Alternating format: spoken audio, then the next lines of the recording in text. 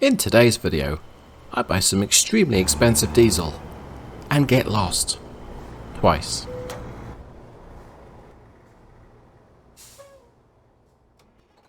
Well, good morning and welcome back to American Truck Simulator. This is David Steele and today we're in Ontario. And we're in a Kenworth T680 equipped with an ISX12. That's the 370 horsepower version. It's the basic engine of the game. And we have a manual 11-speed transmission. It's an 8-speed with 3 crawler gears. And we're hauling some Halloween treats. This is going to be a fun trip.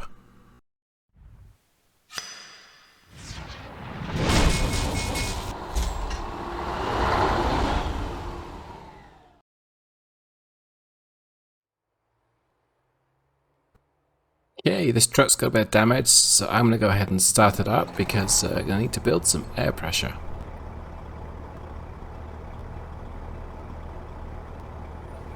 Whilst that's idling, and of course beeping away, let's talk a little bit about the specification of this particular truck. It's a fleet spec, 6x2, so 3 axles, 1 powered, 1 steering and 1 hanging on the back. It is a 11-speed manual, so 8 speed plus 3 crawler, as I've said, and it's the Cummins ISX12, 370 horsepower. I'm going to go ahead and pop up the original torque curve and the modified torque curve on the screen. So, future David, you need to be doing this right now. And future David right here. Okay, so I've popped the original torque curve on the left and my custom torque curve on the right. The custom torque curve is based on Cummins literature and documentation.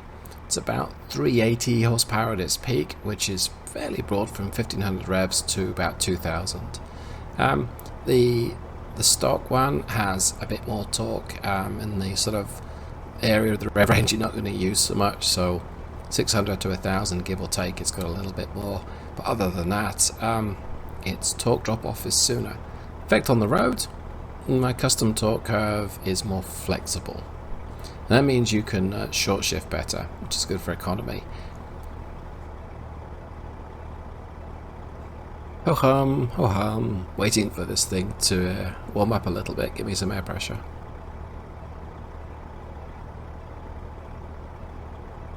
I've enjoyed the T680 in the past. It's a little bit different to the W900. It's a lot smaller, it's a lot easier to maneuver. Sounds a little different as well.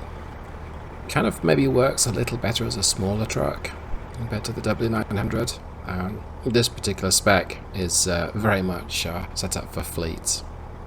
Yep, looks like we're good to move off, so gonna get some diesel whilst I'm at this garage, and we'll be on the way to collect the cargo. There are a couple of nice perks about having a garage in the game.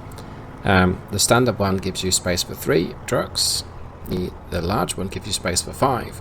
The large one also has your own diesel pump, which is discounted compared to paying at I guess a gas station, one might call it, or a fuel stop.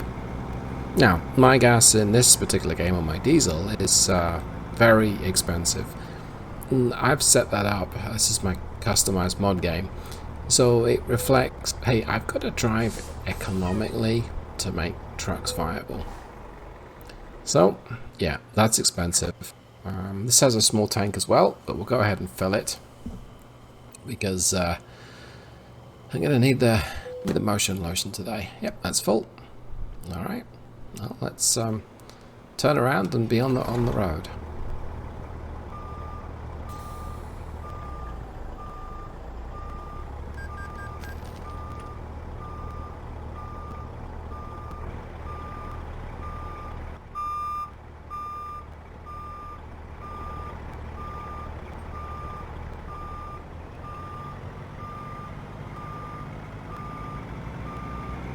Oh, it's been a minute since I've done this with a manual.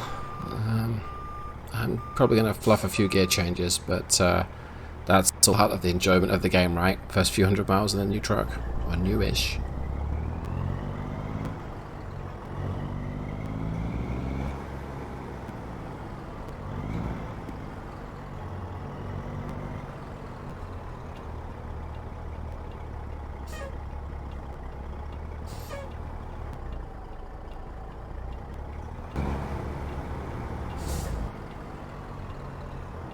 Just ease it in here. You have arrived at your destination. A challenging couple of miles getting used to this gearbox, but I'm sure it's going to get easier. It's also easier when you've got a bit of weight behind you as well. It's in some ways, it's too tempting to skip too many gears when you're driving bobtail. You have a cargo behind you, then you don't get away with that. Well, this should be a fairly straightforward collection, and we've got a reasonable way to go today, so I'm looking forward to getting on the road. Let's turn it up here. Check my distance. Just want to back it up. So might want to drop the air suspension as well, and let's tuck it under. I'm using advanced coupling now in the game. You've got to be a bit more precise. And if you're not precise, it simply doesn't connect. So there's that little extra incentive for you.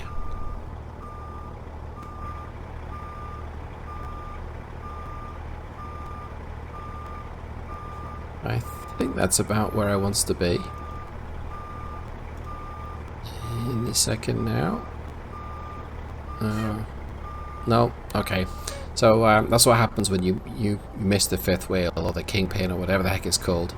So I'm going to pull forward, just check my location, and try that again. Okay. So I'm going to look at my mirrors a bit more.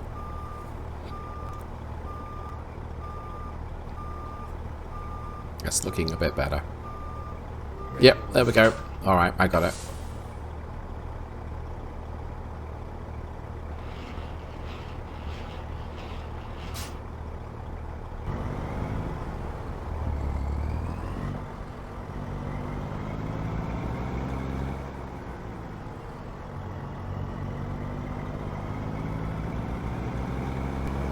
So there's no difference in things like manoeuvring, not particularly. Yes, there's a bit less torque in certain parts of the rev range, but generally, if you're at 700 RPM, you're in one of the lower gears. It doesn't make that much of a difference. So I'm just going to leave this yard, and it can be a little troublesome. It's quite a bit easier in this small truck compared to the long wheelbase Kennys and Petes of the world. Much easier to judge where the nose is as well. Relatively clear. This should be easy to maneuver out of here. Just got to make sure my trailer misses the... Yep, it missed. Okay. Right. Now we have the joy of manually shifting for the next however many hundreds of miles I've got to go. Yay. Actually, you know what? I like manual. It's fine. Spent a lot of time testing this in automated. It'd be quite nice just to shift it myself, you know what I mean?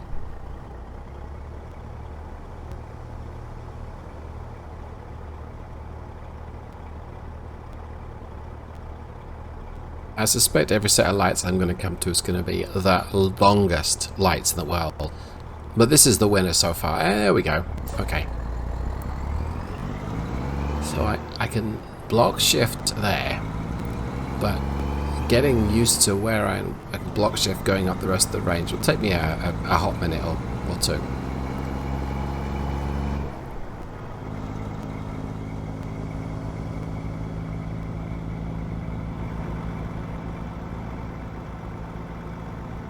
Beautiful lighting conditions here in Ontanero. I think that's how I pronounce it. Got that completely wrong. Drop me a comment if I have. Another red light. That's okay. I'll catch these just right where they turn to green as I approach. So this sun may have just got this right. Yeah. There we go. Beautiful. Stopping just saves a couple of gear changes, and it's just kinder on me as a driver, really. Oh, cock. Ugh. So I turned off the visible barriers and wasn't paying attention to the map. Was more concerned with the light going to green. I just went straight into the side. Didn't damage the truck, but I stalled the engine, so now I've got to back up. This is embarrassing. And then make my left turn. So is this brown car going to stop for me? Is it gold? No. Okay. I'm going to have to do another maneuver here. Great. Not a good way to start your trip, David. Oh, the lights have got the green, so they're going to go. Okay, but then I've got a space. Okay. Uh-huh. Well, that was embarrassing, but at least I didn't mess up my gear changes too much, alright? Apart from stalling the engine.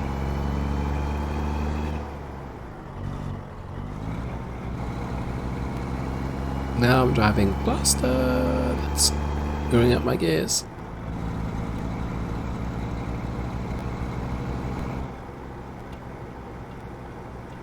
I probably ought to put in a couple of words of explanation, and I'm likely just to edit this bit out. But right after I collected the cargo and got myself hitched up, I jumped into settings and disabled navigation. So this is a navigation challenge as well as a gear change challenge, and it would seem avoiding a barrier challenge. So if you didn't see that, that's the reason why I don't have any talking navigation anymore. And there we go.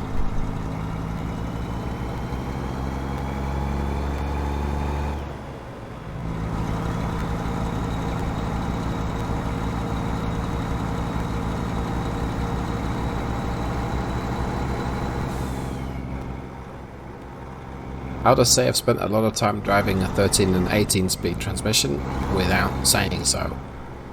Forget this thing only has 10 gears. No, not even 10, it's 11, but it's an 8 plus 3. I just don't need to use those little thrower 3 crawlers that often.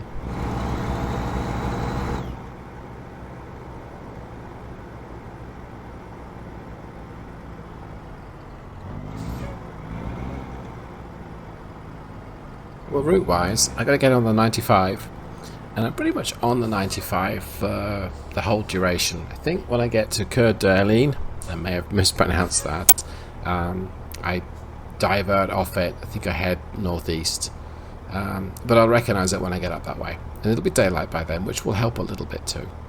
But basically, head to the 95, turn north or turn left, because right now I am heading east, give or take.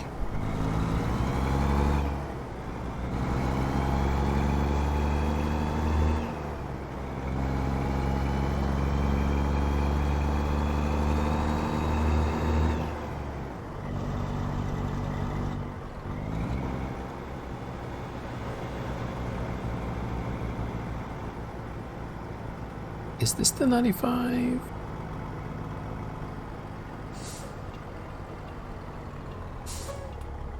Oops, that's not my turning. Lol. It's gonna be a long day of this, I think.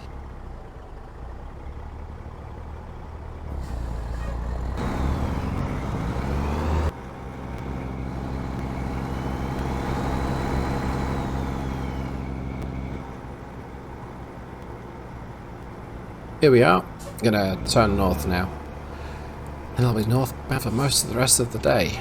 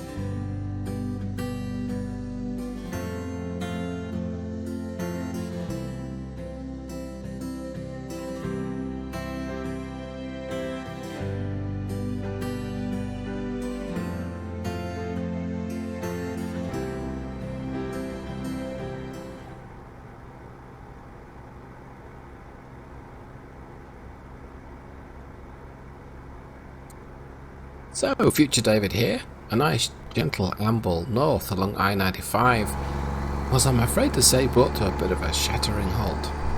Okay, that's a little bit dramatic, but let's jump back in and take a look.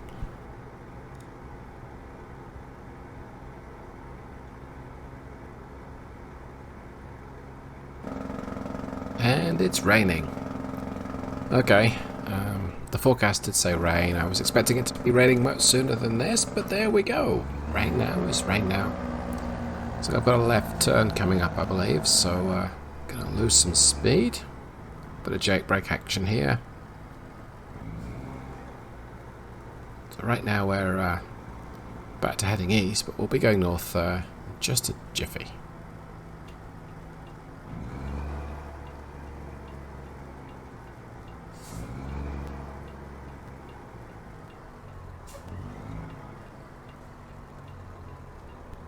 In real life, I find four-way stops to be sometimes a little, maybe confusing is not the word. It's like, it's a roundabout, but you have to stop. Anyway, let's pull up to the line, quick look left and right. It's a pretty quiet part of the world. Yep, good to go. You're supposed to stop behind the white line, and sometimes you just cannot see left or right at the white line. Bit different to the UK there. Anyway, back on the road.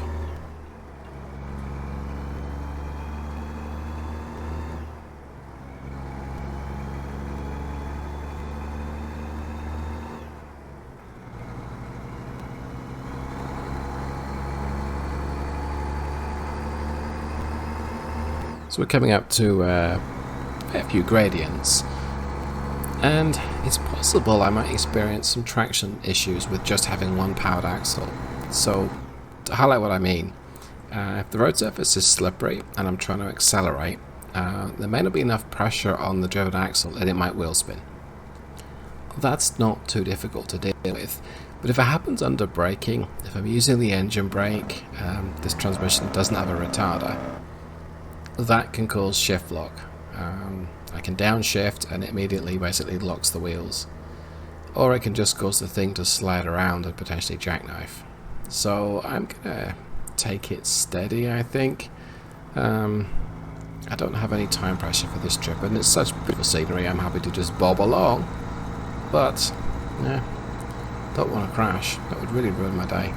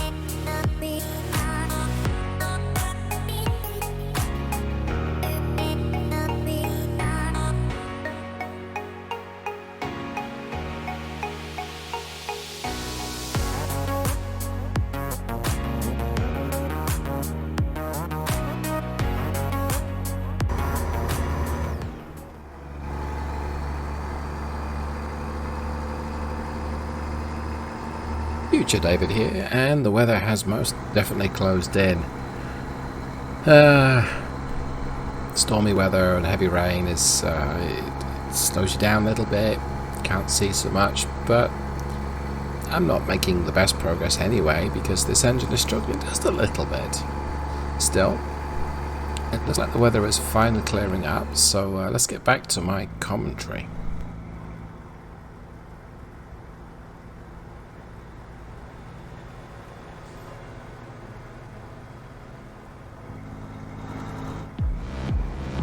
I think these roads merge, so I wonder if I can get around this guy. Let's try. No, I don't think I've got the power. Okay, so I've left and why are you slowing down? Come on, AI. Okay, so the AI will do that. You're coming to a lanes merge and you'll slow down because you can't get round, and if he keeps going at the same speed, he will clear you. But no, he slows down too. So you have to jack on the brakes to avoid running into the back of him. If I sound exasperated, yeah, I am a little. Because of course now his simulated power is way more than mine and off he goes. And yeah.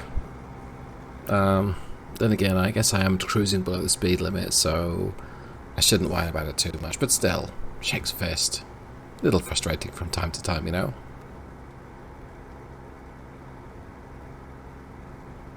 It's good to see that we've driven through that rainstorm and it's easing off a little bit now. One of the changes that ATS had, I think the last update to 1.45 or maybe 1.44, was the SCS implemented a rain sensor. You have to turn it on in settings, but it's easier to use than constantly having to move around your wiper switch. I'm using the engine brake kit, so I don't particularly want to pick up too much speed going down this hill, but I'm ready just to turn that thing off if we start to skid. We spent a long time going uphill, and now we're spending a long time going downhill, and that's good.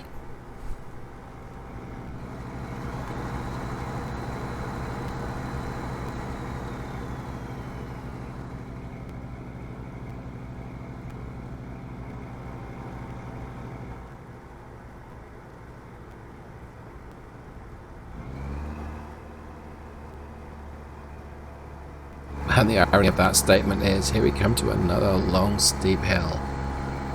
So I downshifted early for the hill, but I'm going to have to shift down again. I'm still catching this truck ahead of me. At least now the road is flattened off, so that's good. One of the techniques that I try with the lesser powered engines is don't always try and keep the cruise control to get me back up to cruising speed once I lose a bit of speed going up a hill. So if I come to a hill and I'm doing 55 and I gotta change down, that's because I've lost a bit of speed. And maybe I'll have to change down 2 or 3 gears. So in this case, 8th down to 6 or 8th down to the 5th. I'll just tell cruise to hold it at 30 until I reach close to the top of the hill. So here I'm asking it to work hard at about peak torque, give or take. Yeah, it's being overwhelmed, but close to being overwhelmed. Do I want to shift down? There we go. That helps. But it's still losing a bit of speed. It's just whether I'm playing chicken with the gradient. Can I keep it in this gear before I reach the top, or do I have to shift down again? And accelerating up a hill is just throwing diesel out the back. There we go. So you see how it's able to hold on to its speed, and then I will shift up and just use the cruise to kind of keep the thing going. Yeah, I didn't explain that very well. I might have to use a crayon to explain it to myself, and I'll try and talk my way through it. But I guess moderation. With this small low-powered engine, it can't keep going up a hill at the same speed that you're cruising on the flat, even a gentle hill. So rather than try and just nail the throttle to the floor, let's accept a slower rate of progress, change it down a couple of gears. It's good for engine temperature as well. If you damage your engine, which I may have done, that helps. You don't want it overheating. Here I'm lugging it up this hill at just under 1,000 revs. Got to change down. And looks like it was able to hold it at that gear and speed, which is good. That helps. But then again, the speed limit's changing down to 45, so... Yeah, and you just have to imagine I shrug my shoulders because, of course, I'm not using my camera, and you didn't see that. Huh.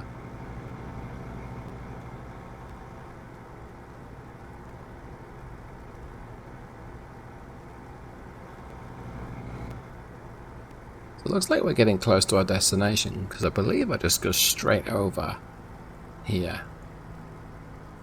I'll just have to read a road sign in a jiffy or two.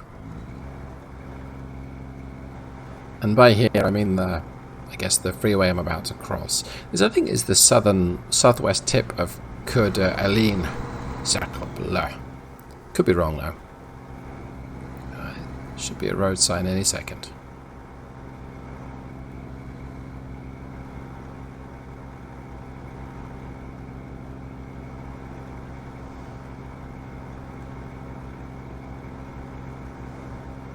Is this my sign? Does it tell me 95 straight ahead? Yep, okay, alright.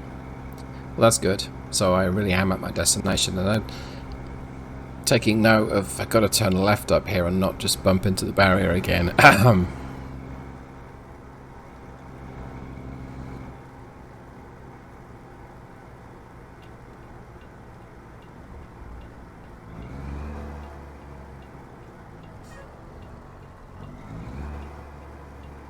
I know it's way less fun not to run into an invisible barrier, but it makes for smoother progress, that's for sure.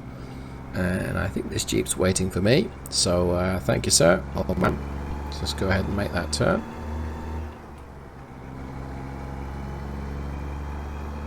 Something wonderful about threading my way through cities, I think, when I've gotten used to the manual.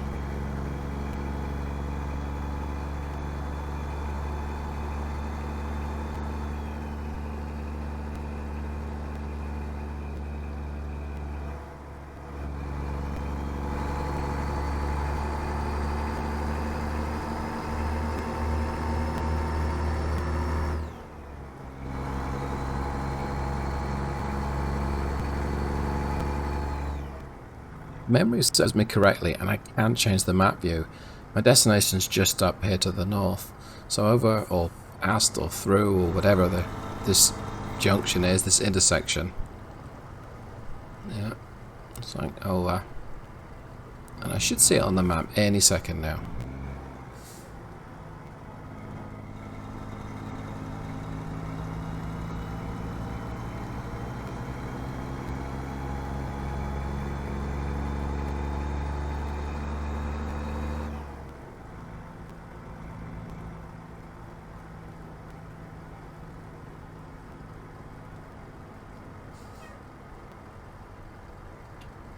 Yeah, gotta turn right up here. Whoa, what the heck? That was very bizarre. The car heading this way, turning right, just pulled out straight in front of that truck that was, I guess, running a red light. Well, they both ran red lights. He says, swerving all over the road. Okay, well, I guess there was no one to run into me, thank goodness. Adjust the map. Oh, of course, it's a Home Depot or home store, so it's the other side of the public-facing front. Okay, well, that pretty much wraps up the driving part of this trip. Now I have the joy of maneuvering and parking it. But I gotta say, it took me a while to get used to a few things. Manual transmission is one. Reading the map is the other one. Changing gear, did I mention the manual transmission? That's a third. But I think this has been a fairly successful trip, and it's been an interesting route as well.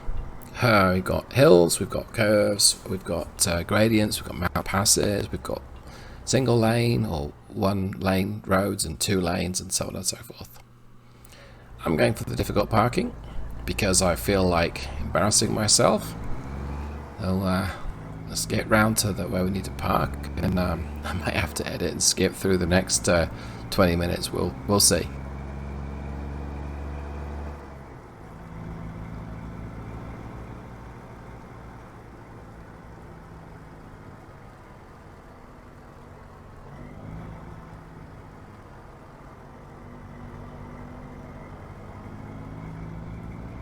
So this parking's only worth 40 experience as opposed to the difficult 90, which means how hard can it be?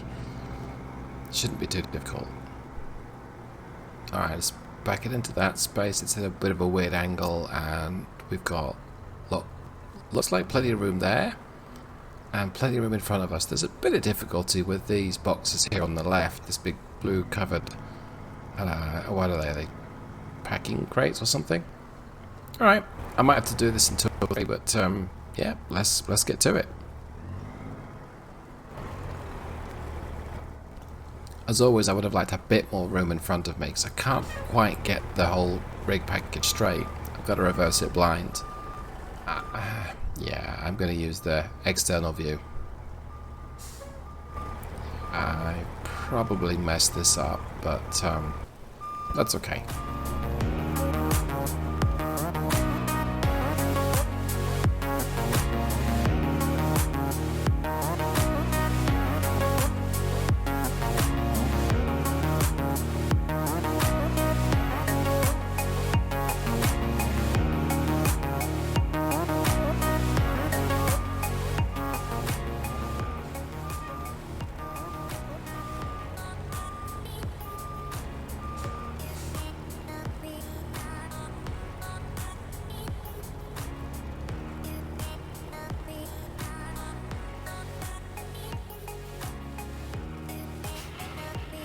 Okay, it's time to see how well I did. If you've stuck with me the whole trip, congratulations.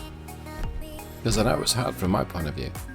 So, 370 miles and 61.3 gallons. That is pretty much exactly 6 miles per gallon, which is fair do given the kind of trip I was making. Well, like I say, hopefully you've enjoyed this. If you stuck around for the whole video, congratulations. Drop a comment below. That'd be always appreciated. You can subscribe for more. If you've enjoyed it, you know what to do. If you haven't enjoyed it, you also know what to do. Thanks for the support. This custom torque curve will likely be appearing in a new engine mod at some point in the coming weeks. But above all, thanks so much for watching. Goodbye.